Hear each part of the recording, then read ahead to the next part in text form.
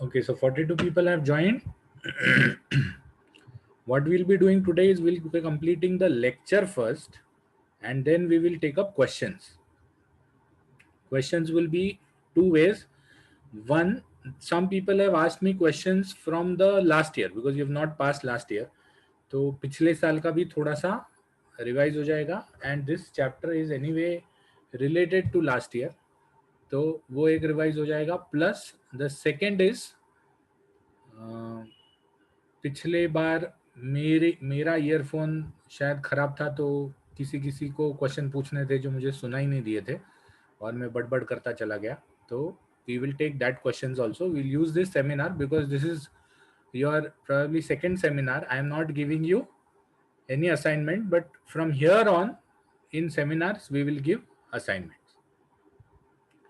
To start with, what we will do is we will revise this slide which we have already covered last time and in which questions were there. So दोष 3+2, तीन प्रकार के शारीर दोष, दो प्रकार के मानस दोष. We'll be going quickly because ये सब हमने फर्स्ट ईयर में ऑलरेडी किया हुआ है. तो शारीर क्रिया में, अष्टांग हृदय में और थोड़ा बहुत शारीर रचना में भी ये सब चीज़ों का ऑलरेडी वर्णन आया हुआ है. So we'll be going quicker. तो तीन प्रकार के शारीर दोष और दो प्रकार के मानस दोष उन्होंने जैसे अष्टांग हृदय के पहले अध्याय में वर्णन किए हैं, वायु पित्तम कफश्चेति त्रयो दोषाः समासतः, वैसे ही इस अध्याय में भी तीन दोष वर्णन किए हैं शारीर और दो दोष मानस वर्णन किए. अब शारीर दोष और मानस दोष, इसमें फर्क क्या है? शारीर दोष जो है वो शरीर का काम संभालते हैं या शरीर पे अपना प्रभाव दिखाते हैं, जबकि मानस दोष जो है वो मन पे अपना प्रभाव दिखाते हैं या मन को संभालते हैं. शारीर दोष में तीन दोष कौन से हैं? वात, पित्त और कफ. मानस दोष में दो दोष कौन से हैं? रज और तम. सत्व ये मन का दोष नहीं है. चरक ने सत्व को मन का दोष नहीं माना, मन का गुण माना है. ठीक है, तो ये तीन प्रकार के और दो प्रकार के दोष हो गए. अब इन दो दोषों का आपस में भी संबंध है. मतलब जैसे कफ है, तो कफ दोष जो है वो तम से रिलेटेड है और वात दोष जो है वो रज से रिलेटेड है. पित्त दोष सत्व गुण से रिलेटेड है. तो जैसे ही हम खाना खाते हैं क्या हो जाता है?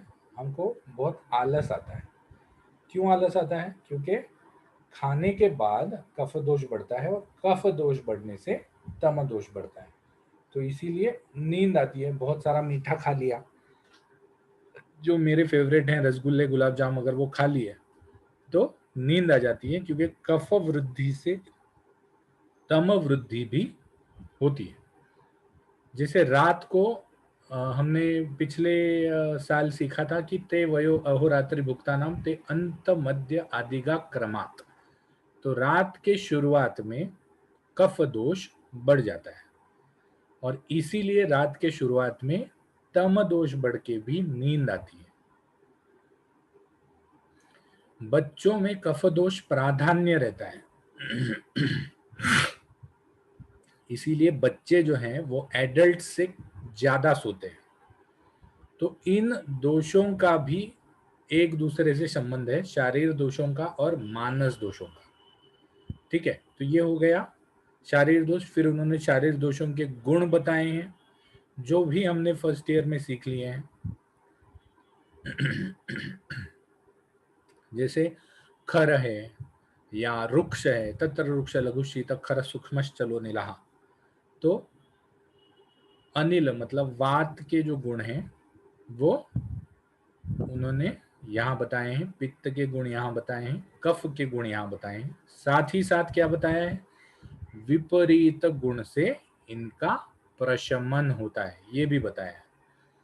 मानस गुणों के उन्होंने अलग से किस चीज से बढ़ता है किस चीज से कम होता है ये नहीं बताया. शरीर दोष जो है वो दो प्रकार की चिकित्सा से ठीक होते हैं, एक दैव व्यापाश्रय और एक युक्ति व्यापाश्रय. तो अब दैव व्यापाश्रय पे पिछली बार क्वेश्चन था, मुझे याद है शिवम ठक्कर ने मुझे फोन करके बोला था सर आपको सुनाई नहीं दे रहा था। आई एम वेरी सॉरी, मुझे सुनाई नहीं दे रहा था, मेरा आपको सुनाई दे रहा था, इसलिए आई एम वेरी थैंकफुल। तो शरीर दोष जो है वो दो प्रकार की चिकित्सा से युक्त होते हैं, या दो प्रकार से चिकित्सा से शमन होते हैं, एक दैव व्यापाश्रय और एक युक्ति व्यापाश्रय। अब सबसे पहले हम युक्ति व्यापाश्रय चिकित्सा क्या होती है वो देखते हैं।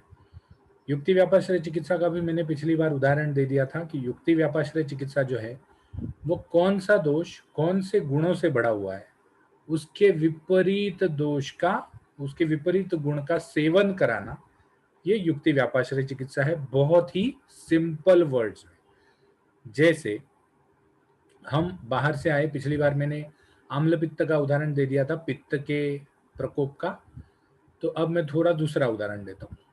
जैसे हम बाहर से आए, हमको ठंडी लग रही है, तो हम क्या करते हैं, हम स्वेटर पहन लेते हैं या कंबल ओढ़ लेते हैं।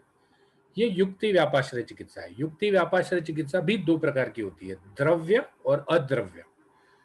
द्रव्य चिकित्सा मतलब जो खाने पीने की चीज से दी जाए वो द्रव्य, और अद्रव्य चिकित्सा मतलब जिसमें खाने पीने को कोई चीज नहीं दी जाए लेकिन फिर भी चिकित्सा हो जाए। जैसे जैसे हमको कभी कभी अपच हो जाता है, अपच मतलब खाना पचता नहीं है, तो हम क्या करते हैं, हम लंघन करते हैं या उपास करते हैं।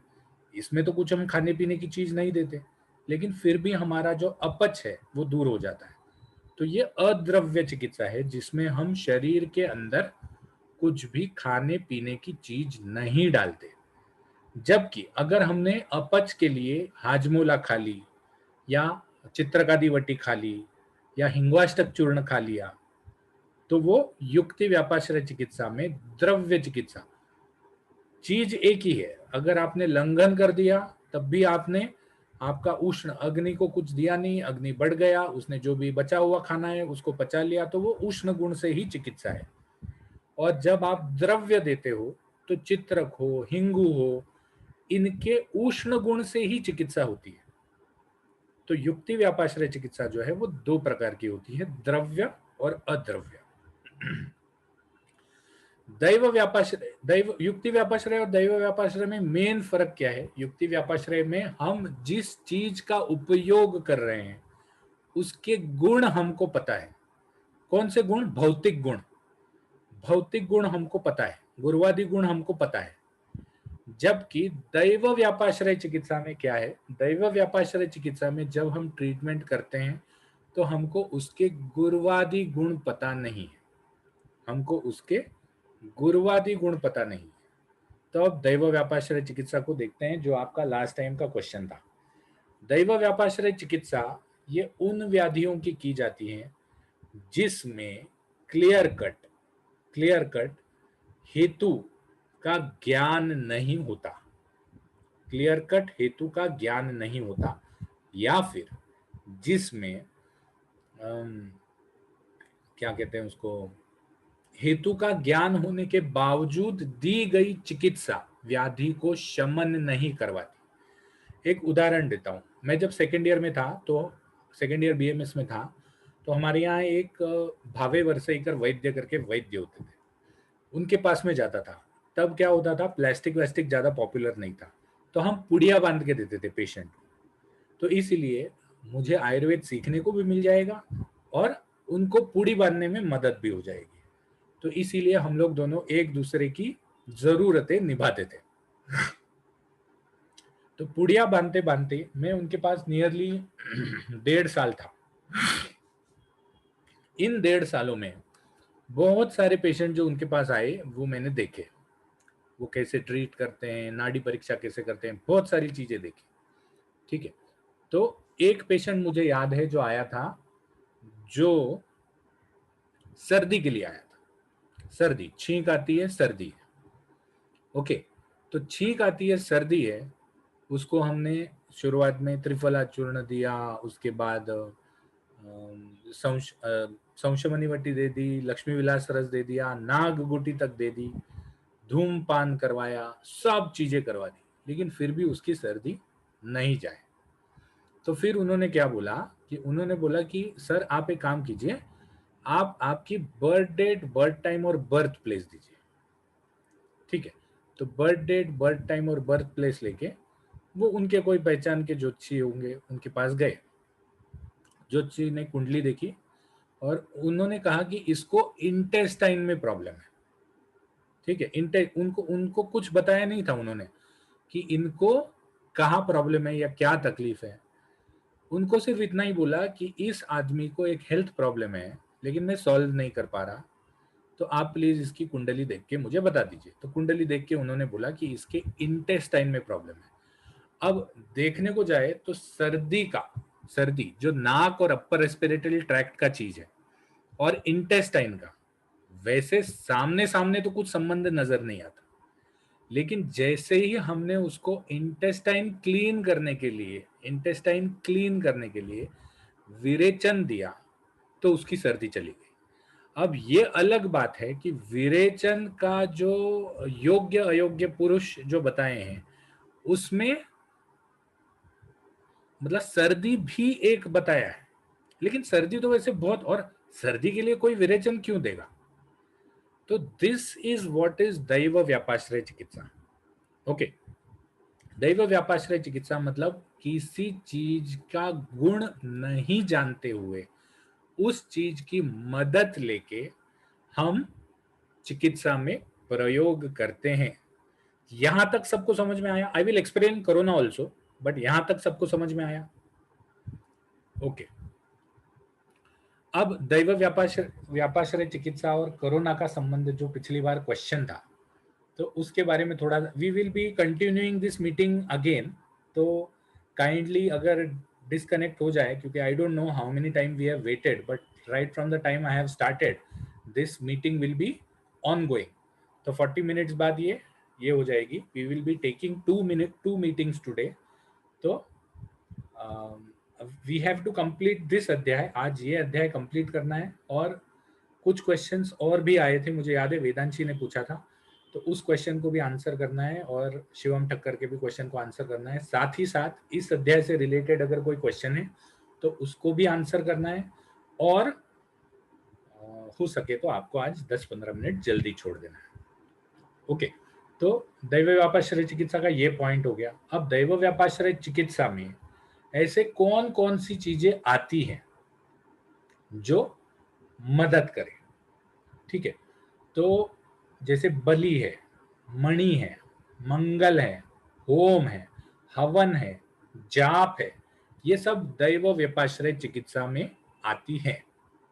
ओके, अब इनका अब these all treatments have no scientific proof. They have statistical proof probably, but they have no scientific proof. जैसे बहुत पहले मैं मेरे माता पिता, जब मैं शायद 7वीं 8वीं में था, तो मेरे माता पिता मुझे एक ज्योतिषी के पास ले गए थे, क्योंकि जो मतलब मेरे स्कूल से बहुत कंप्लेंट आती थी कि ये आदमी, मतलब वो तो था, तो मैं तभी भी बैक बेंचर, लेकिन उसका कारण अलग था। मैं बहुत ऊंचा था, तो इसीलिए मुझे बैक बेंच पे बिठाते थे। तो बैक बेंच पे बैठ के ये टीचर जब पढ़ाते हैं तब बड़बड़ बड़बड़ करते रहते हैं, तो मेरी बहुत कंप्लेंट्स आती थी। तो तब उस ज्योतिषी ने बोला कि इसको पन्ना, इसका बुध बिगड़ा हुआ है, इसको पन्ने की अंगूठी पहना, पन्ने की अंगूठी पहना। अब वो अंगूठी पहनाने के बाद आई डोंट नो व्हाट हैपेंड, लेकिन हमेशा मेरा ध्यान उस अंगूठी पे होता था कि अरे ये अंगूठी है, इससे बड़बड़ करना कम हो जाएगा। तो शायद इस वजह से, आई don't know whether that Panna was acting और नॉट, पन्ना काम कर रहा है या नहीं मुझे नहीं मालूम, लेकिन उस अंगूठी पे बार बार नजर जाके, क्योंकि पूरे क्लास में सिर्फ मेरे पास अंगूठी थी, पूरे क्लास में मेरे पास अंगूठी थी, और मेरे माता पिता ने बोल के दी थी कि अरे ये, मतलब उस टाइम पे तो रत्न बहुत सस्ते आते थे, लेकिन ये अंगूठी जो है बहुत महंगी है, 650 रुपए की अंगूठी है, ऐसा मुझे बोला था। तो उस टाइम पे 650 रुपये भी बहुत होते थे। आज तो आप एक पिक्चर देखने चले जाओ, 2 जन तो 650 ऐसे ही खत्म हो जाते हैं। अहमदाबाद में, शायद कलोल में और कम होगा, मैंने तो कलोल में कभी पिक्चर देखा नहीं। तो ये दैव व्यापाश्रय चिकित्सा है कि जिसमें आपका मानसिक ध्यान जो है वो उस चीज से हटा दिया जाता है, उस चीज से हटा दिया जाता है। जैसे जैसे एक और उदाहरण देता हूं, जैसे अपस्मार है। अपस्मार में आदमी जो है वो पागल की जगह तरह बिहेव करना चालू हो जाता है, पागल की तरह बिहेव करता है, गालियां देता है, हाथ पांव झटकता है। तो ऐसे आदमी को क्या करते हैं, ऐसे आदमी को उल्टा लटका के, और ये ट्रीटमेंट है, हाँ, ऐसे आदमी को उल्टा लटका के नीचे से मिर्ची का धुआं देते हैं और ऊपर से झाड़ू से मारते हैं। ये चरक में ट्रीटमेंट है अब उन्माद का। तो उन्माद में ऐसा करने से क्या हो जाता है कि, और अलग अलग मंत्र जपते रहते हैं, ये करते हैं वो करते हैं। तो ऐसा करने से क्या हो जाता है, ऐसा करने से वो आदमी डर जाता है, क्योंकि जिंदगी का, जीवन का, आयु का, लाइफ का डर जो है वो सबसे बड़ा डर होता है। तो इसीलिए वो आदमी डर जाता है, और उस डर के वजह से उसके जो रज और तम गुण होंगे वो शायद शांत हो जाते हो। ठीक है, तो ये भी दैव व्यापाश्रय चिकित्सा का पार्ट है। इसके बाद और मतलब ये same, I will tell you scientific explanation also. कोई कोई मतलब मंदिर जाता है, कोई घर पे मेडिटेशन करता है, कोई क्या कहते हैं उसको, दान करता है। तो ये सब करने के बाद मन में एक सेटिस्फेक्शन आ जाता है कि मैंने कुछ अच्छा किया। मैंने कोई जाप करता है तो मैंने कुछ अच्छा किया, इसका सेटिस्फेक्शन आ जाता है।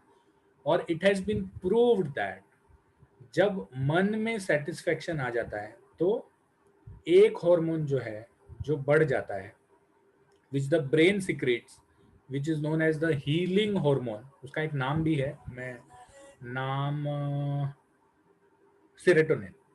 सेरोटोनिन नाम का जो हार्मोन है, which is known as the healing hormone, वो सेरोटोनिन हार्मोन जो है that is secreted most during events which give you a lot of satisfaction. And serotonin is known to be the healing hormone. Regularly serotonin is secreted when you are sleeping. Serotonin is secreted when you are sleeping, so that is why when you are sleeping you are automatically healing yourself. तो दैव व्यापाश्रय चिकित्सा में जितनी भी प्रकार की चिकित्सा आती है, that may be, again I am saying maybe because it is not proven, but that may be related to the secretion of such hormones which go and pacify the place which has been affected. जैसे हमको दर्द होता है, तो sir दर्द होता है तो हम क्या करते हैं, सो जाते हैं। सोने के बाद क्या होता है, सेरोटोनिन सिक्रेट हो जाता है, जो सेल्स या नर्व एंडिंग्स बहुत ही ये हो गए होंगे, इरिटेट हो गए होंगे, उनको पैसिफाई कर देता है, और जब हम उठते हैं तो हमारा दर्द चला जाता है। तो प्रोबेबली दैव व्यापाश्रय चिकित्सा is something which relates to this type of healing. जैसे मैंने बोला कि I don't believe in God, वैसे ही दैव व्यापाश्रय चिकित्सा का भी कोई साइंटिफिक एक्सप्लेनेशन है जो हमको अभी तक नहीं पता। It might be a plain mind diversion, it might be some type of healing mechanism like serotonin, but there is some definite healing mechanism because of which ये दैव व्यापाश्रय चिकित्सा काम करती है। Now we come to corona. Corona basically जो व्याधि है, ये जनपदोध्वंसीय व्याधि है। जनपदोध्वंसीय व्याधि मतलब जब एक ही समय, एक ही जनपद, जो अलग अलग प्रकृति वाले होते हैं, एक ही समय एक ही जनपद, मतलब अगर मैंने समझो हम अहमदाबाद का ले लेते हैं, अहमदाबाद में बहुत सारा कोरोना है, तो अहमदाबाद में तो हर अलग अलग प्रकृति के, अलग अलग वय के, अलग अलग अग्नि के, अलग अलग खान पान के लोग रहते हैं। ठीक है, जैसे कोई वेजिटेरियन है, कोई नॉन वेजिटेरियन है, कोई वात प्रकृति है, कोई पित्त है, कोई वात पित्त है, कोई वात कफ है। तो अलग अलग प्रकृति के हैं, उनकी लाइफस्टाइल अलग अलग है, उनके रहन सहन के प्रकार अलग अलग हैं, लेकिन फिर भी उनमें कॉमन चीज ये है कि वो एक जनपद में रहते हैं। एक जनपद में रहते हैं मतलब they live in a particular area, that is the only thing which is common. तो इसीलिए जनपदोध्वंसीय व्याधि जो होते हैं वो एक पर्टिकुलर एरिया में रहने वाले लोगों को एक साथ होते हैं। जैसे कोरोना तो अभी आया, लेकिन इसके पहले जनपदोध्वंसी व्याधि कौन सा था, फ्लू, कॉलेरा, उसके बाद स्मॉल पॉक्स, मीजल्स, ये सब जनपदोध्वंसीय, प्लेग, ये सब जनपदोध्वंसीय व्याधि हैं। एक ही जनपद में रहने वाले लोगों को एक साथ उत्पन्न होने वाला व्याधि। अब जनपद उद्भवसीय व्याधि के उन्होंने जो कारण बताए हैं वो कारण इस प्रकार हैं। एक, दुष्ट जल, जिससे दुष्ट जल, जैसे कॉलेरा हो जाता है तो कॉलेरा दुष्ट जल की वजह से होता है। दूसरा, दुष्ट वायु, जैसे कोरोना है, corona is what, corona is an airborne disease, तो दुष्ट वायु के वजह से भी ये हो जाता है। तीसरा, दुष्ट काल, जैसे कोई ये आ जाता है, सुनामी आ जाती है या अर्थक्वेक आ जाता है, तो दिस इज बिकॉज ऑफ दुष्ट काल। तो ये अलग अलग प्रकार के कारण उन्होंने बताए हैं, जिसमें से, सर हाँ sir, sorry for interrupting you sir, airborne disease है सर कोरोना? हाँ, कोरोना एयरबॉर्न नहीं है, और कैसे जाता है? सर वो तो सर कांटेक्ट में आते हैं तो ही सर होता नहीं है ना नहीं नहीं स्प्रेड। नहीं नहीं नहीं नहीं नहीं, फिर आपने कोरोना वॉरियर का ट्रेनिंग ठीक से नहीं लिया, हाँ? नहीं बट सर, रिसर्च डब्ल्यूएचओ में भी सर ऐसा बोला हुआ है ना। नहीं, अगर कोरोना कांटेक्ट से आता था तो हम मास्क क्यों पहनते थे आज सर की तारीख? सर वो तो ड्रॉपलेट्स, सर वो हाँ, तो ड्रॉपलेट्स जाते हैं ड्रॉपलेट, सर माउथ। ड्रॉपलेट मतलब एयरबॉर्न ही है ना ड्रॉपलेट। अब बैक्टीरियल इन्फेक्शन, अभी ट्यूबरकुलोसिस को देख लो, ट्यूबरकुलोसिस में अल्टीमेटली कौन इन्फेक्शन ट्रांसफर करता है? हवा नहीं करती, वो तो बैक्टीरियल ड्रॉपलेट ही करते हैं ना। तो tuberculosis is a non airborne disease. तो वैसे ही ड्रॉपलेट फैलते कैसे हैं? फैलते तो हवा से ही है। अभी बीच में व्हाट्सएप पे एक वीडियो आया था जिसमें उन्होंने कहा था कि अगर आप बात कर रहे हो तो सिर्फ बात करने करने से भी 3 से 6 फीट तक ये ड्रॉपलेट जा सकते हैं, और अगर आप चिल्ला के बात कर रहे हो, जैसे मैं लेक्चर लेता हूँ, तो ये ड्रॉपलेट जो है ये अप टू 10 to 12 फीट जा सकते हैं। और इसीलिए अभी जो लेटेस्ट डब्ल्यूएचओ का गाइडलाइन आया है उसमें उन्होंने कहा है कि आप क्लोज्ड रूम में ज्यादा देर तक मत रहिए, क्लोज्ड रूम, क्योंकि क्लोज्ड रूम में वही चीज सर्कुलेट होते रहेगी और हवा में वायरल लोड बढ़ जाएगा। वायरल लोड मतलब द नंबर ऑफ वायरसेस पर क्यूबिक सीसी ऑफ एयर। तो वायरल लोड बढ़ जाएगा, वायरल लोड बढ़ने की वजह से आपको इन्फेक्शन होने के चांसेस बढ़ जाते हैं। अगर एयरबॉर्न नहीं होता तो हम मास्क पहनते ही नहीं ना, ठीक है? तो कोरोना जो है ये जनपदोध्वंसीय व्याधि है, जिसमें दुष्ट वायु ये मेन कारण है। और इसमें होने वाले जो लक्षण है,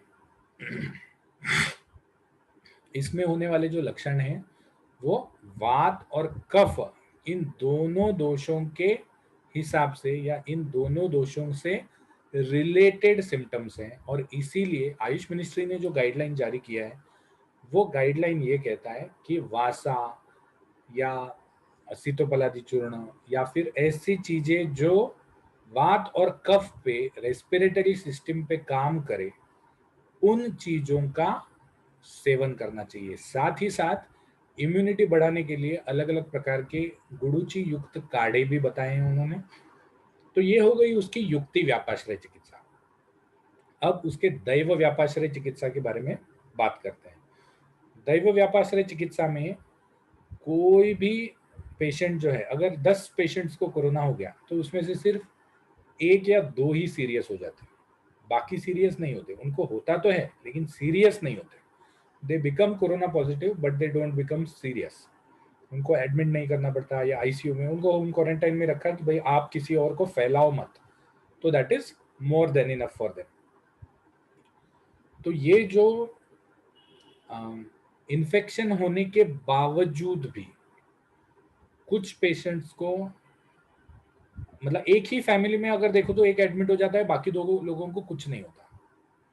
तो इन्फेक्शन होने के बावजूद भी एक ही फैमिली में अगर ऐसा ये, क्योंकि उन्होंने बेचारों ने तो वही एनवायरनमेंट में वो रहे हैं, तो फिर भी अगर एक ही फैमिली में अलग अलग टाइप का सिम्टम्स दिखे या अलग अलग टाइप के सिम्टम्स के लेवल्स दिखे, तो ये 100% डाउट मन में आता है कि ये इस आदमी को ही क्यों हुआ, इन दोनों को क्यों नहीं हुआ। जबकि वो एक ही खाना खा रहे हैं, एक ही जगह पर रहते हैं। हाँ, ये जरूर है कि उनकी प्रकृति अलग अलग हो सकती है, लेकिन प्रकृति का भी विशेष संबंध दिखता नहीं। दोनों कफ प्रकृति के, एक को हो गया एक को नहीं हुआ। तो इसीलिए there has to be some factor, there has to be some factor which prohibits the disease from spreading, or which reduces the chances of spreading, or reduces the severity of the disease in two individuals when compared. तो इसीलिए दैव व्यपाश्रय चिकित्सा का एक particular point रखा है। अब ये बलि हो सकता है, मणि हो सकता है, मंगल हो सकता है, हवन हो सकता है, कुछ भी हो सकता है, but that is again some point of difference because of which this has happened. Okay, तो ये दैव व्यापाश्रय कोरोना कंप्लीट हो गया। अब कोरोना पे कोई डाउट है? ओके, तो हम चलते हैं मानस दोष पे। मानस दोष भी हमने लास्ट टाइम कंप्लीट कर लिए थे। मानस दोष को दूर करने के लिए युक्ति व्यापाश्रय चिकित्सा में ज्ञान, विज्ञान, धैर्य, स्मृति और समाधि, ये 5 चीजों का वर्णन आता है। When I am giving you a particular lecture, मतलब ये जो कंटेंट शेयर करूंगा उसमें सिर्फ इंपॉर्टेंट पॉइंट्स उस अध्याय के शेयर होंगे, बाकी बहुत सारे पॉइंट जो है वो हम ऐसे ही डिस्कस कर लेंगे। फिर उन्होंने क्या कहा, उन्होंने कौन से गुण कौन से दोषों को पैसिफाई करते हैं या कम करते हैं वो लिखा। तो ये भी हमको फर्स्ट ईयर से पता है कि कौन से गुण जो है, विपरीत गुण जो है, वात के विपरीत गुण वात का शमन करते हैं, पित्त के विपरीत गुण पित्त का शमन करते हैं, कफ के विपरीत गुण कफ का शमन करते हैं। तो this also we know, we will not be going into detail. फिर उन्होंने साध्या साध्यत्व के बारे में बताया। यहां से हमारा लास्ट लेक्चर, मतलब पहले 30 मिनट हमने पिछली बार और जो 1-2 डाउट थे उसमें बिता दिए। साध्या साध्यत्व के बारे में उन्होंने बताया कि व्याधि 2 प्रकार का होता है, एक साध्य और एक असाध्य। साध्य मतलब क्या है? साध्य मतलब कोई गिर रहा है, उसको आप खींच लोगे तो वो ऊपर आ जाएगा। असाध्य मतलब कोई गिर रहा है, उसको आप खींचने की कोशिश करोगे फिर भी वो गिरता रहेगा या फिर भी वो गिर जाएगा। तो साध्य का फिर से उन्होंने 2 प्रकार कर दिया, एक सुख साध्य और एक कृच्छ साध्य। कृच्छ मतलब तकलीफ से, बहुत तकलीफ से, सुख मतलब इजीली। तो साध्य के वापस 2 प्रकार करते हुए सुख साध्य में क्या है, सुख साध्य में ऐसे रोग आते हैं जो या तो बिना मेडिसिन के ठीक हो जाए, और या तो जिसमें बहुत थोड़ी सी और शमन चिकित्सा देनी पड़े। जैसे जैसे अगर मुझे सर दर्द है तो व्हाट आई डू, मैं थोड़ा सा कुछ ले लेता हूँ, या क्रोसिन खा लेता हूँ, पैरासीटामोल खा लेता हूँ। पैरासीटामोल अपने तिक्त कटु कषाय रस से, जो बढ़ा हुआ पित्त है, तिक्त रस होता है पैरासीटामोल का, अगर कभी चख के देखा होगा तो तिक्त रस युक्त होती है।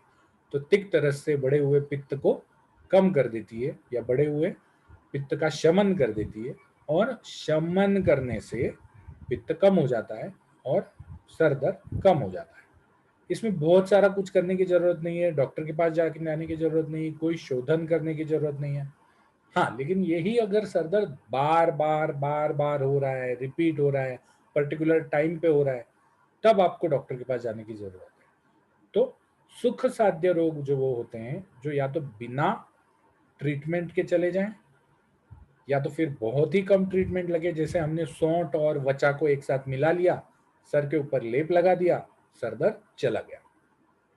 और या तो फिर कोई मामूली सा शमन औषधि लेने से जो रोग ठीक हो जाते हैं। जैसे एसिडिटी हो गई, मैंने हिमालय का हिमकोसिड पी लिया, मेरी एसिडिटी चली गई।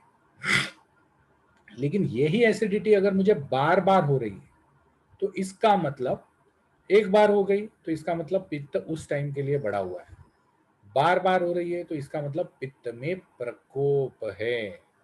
उस प्रकोप को दूर करने के लिए शायद मुझे मेरा खाना पीना बदलना पड़ेगा, शायद मुझे शोधन औषधि देनी पड़ेगी, शायद मुझे ज्यादा दिन तक ट्रीटमेंट करनी पड़ेगी। तो ऐसे जो रोग हैं वो कृच्छ साध्य रोग माने जाते हैं, जिसमें या तो पूरा पथ्य विपरीत करना पड़ता है, या तो शोधन करना पड़ता है, और लंबे समय तक औषधि लेनी पड़ती है। तो ये साध्य हो गया। अब हम चलते हैं असाध्य पे। असाध्य वो पेशेंट है जिसको आप कितनी भी तक ट्रीटमेंट दे दो, he is going to progress in the disease, he is going to progress in the disease. जैसे हमेशा मेरा उदाहरण होता है थर्ड स्टेज कैंसर।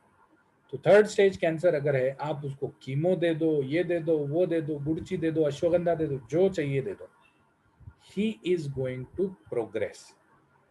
ये जरूर है कि उसका प्रोग्रेस जो है वो कम हो जाएगा, रेट ऑफ प्रोग्रेस में reduce, the quality of life में improve, but he is going to progress and die because of third stage cancer. तो ऐसे जो प्रकार के पेशेंट होते हैं उनको असाध्य कैटेगरी में लिया जाता है। असाध्य कैटेगरी भी उन्होंने दो प्रकार की मानी है, एक याप्य और दूसरा प्रत्याख्येय। याप्य का मतलब है कि जब तक आप उसको पकड़े रहोगे उसका फिसलना कम हो जाएगा, या उसका स्टेटस को सिम्टम्स बढ़ेंगे नहीं। और प्रत्याख्येय का मतलब आप उसको ट्रीटमेंट दे दो, शमन दे दो, शोधन दे दो, अच्छा पथ्य कराओ, कुछ फायदा नहीं होता। He is going to progress to his last stage with the same speed. तो साध्यासाध्यत्व किस वजह से है? साध्यासाध्यत्व समझ में आ गया आपको? ओके। तो साध्यासाध्यत्व किस, हाँ कोई क्वेश्चन है? सर हाँ सर। हाँ बोलो। सर बॉडी की तो टेंडेंसी है ना कि मतलब नॉर्मल सी पे आ ही जाएगी अगर करेक्ट निदान सेवन और करेक्ट वो छोड़। करेक्ट, बॉडी की टेंडेंसी है नॉर्मल सी पे आ जाएगी, लेकिन अगर अंदर, मतलब ट्रॉय ट्रॉय का किस्सा सुना है तुमने? वो जो घोड़ा आया था जिसमें भर के ग्रीक सोल्जर्स आए थे, और फिर नहीं सर। जिन्होंने एक सिटी था, शायद सिटी ऑफ ट्रॉय। तो सिटी ऑफ ट्रॉय के लोगों को ग्रीस के लोगों को वो जैसे अपना माहिष्मती साम्राज्यम था, वैसे एक बड़ा सा सिटी था ट्रॉय। वो ट्रॉय में ग्रीक लोगों को उसको कॉन्कर करना था, लेकिन प्रॉब्लम ये था कि वो ट्रॉय के आजू बाजू बहुत अच्छी तरह से सिक्योरिटी थी, और उसके गेट भी बड़े बड़े थे जो टूटे नहीं जा सकते थे, तोड़े नहीं जा सकते थे। तो इन्होंने क्या किया, इन्होंने एक बड़ा सा घोड़ा बनाया, और उस घोड़े में अंदर अपने सब सैनिक डाल दिए, और वो घोड़ा मेन गेट के बाहर रख दिया। तो एक दिन बीत गया, 2 दिन बीत गया, वो लकड़ी का घोड़ा वैसे ही था। फिर ट्रॉय वालों को लगा यार इतनी सुंदर मूर्ति है घोड़े की, तो चलो इसको अंदर ले आते हैं। तो उसको अंदर ले आए। अंदर ले आने के बाद जैसे ही रात हुई, उस घोड़े का दरवाजा खोल के वहां से सोल्जर्स जो हैं वो बाहर निकले, और उन्होंने मेन गेट खोल दिया।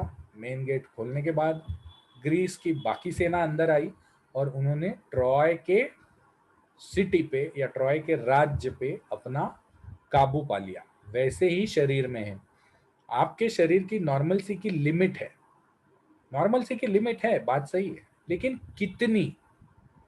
अगर आपके अंदर आने वाले जो विपरीत गुण हैं या अंदर आने वाले जो मारक द्रव्य हैं वो अगर ओवर पावर कर लेते हैं उसको, तब व्याधि असाध्य हो ही जाता है। व्याधि, अब अगर मैं सोचूं कि मैं साइनाइड लूंगा, और साइनाइड में लूंगा और मैं 3 दिन तक कुछ नहीं खाऊंगा, मेरी बॉडी ठीक हो जाएगी, तो ये नहीं होता। क्यों? क्योंकि the effect of the invasion और the the effect of the विपरीत सेवन, जो विपरीत सेवन हम कर रहे हैं, विपरीत गुण, that is too much for the body to maintain. क्योंकि बॉडी को चलना फिरना भी है, तो रोज थोड़ा बहुत, शीर्यते तत्शरीरम, थोड़ा बहुत तो रोज का रिपेयर है ही, साथ में साथ में ये एक्स्ट्रा रिपेयर है। तो ये एक्स्ट्रा रिपेयर मतलब जब ओवरलोड हो जाता है ना, तो बॉडी भी कुछ नहीं कर पाती। तो overload, the basic is not to take your body to the tipping point, not to take your body to the tipping point जिसके आगे there is no road for return. तो साध्यासाध्यत्व जो है वो टिपिंग पॉइंट के ऊपर आधारित है. साध्यासाध्यत्व इसी टिपिंग पॉइंट के ऊपर आधारित है. मैं चलते चला जाऊंगा, वहां पर नीचे खाई है तो मैं चलूंगा, मैं हवा में नहीं चल सकता. एक टाइम पे मुझे खाई में गिरना ही है. तो that tipping point is what is more important in साध्यासाध्यत्व. ठीक है, और कोई क्वेश्चन?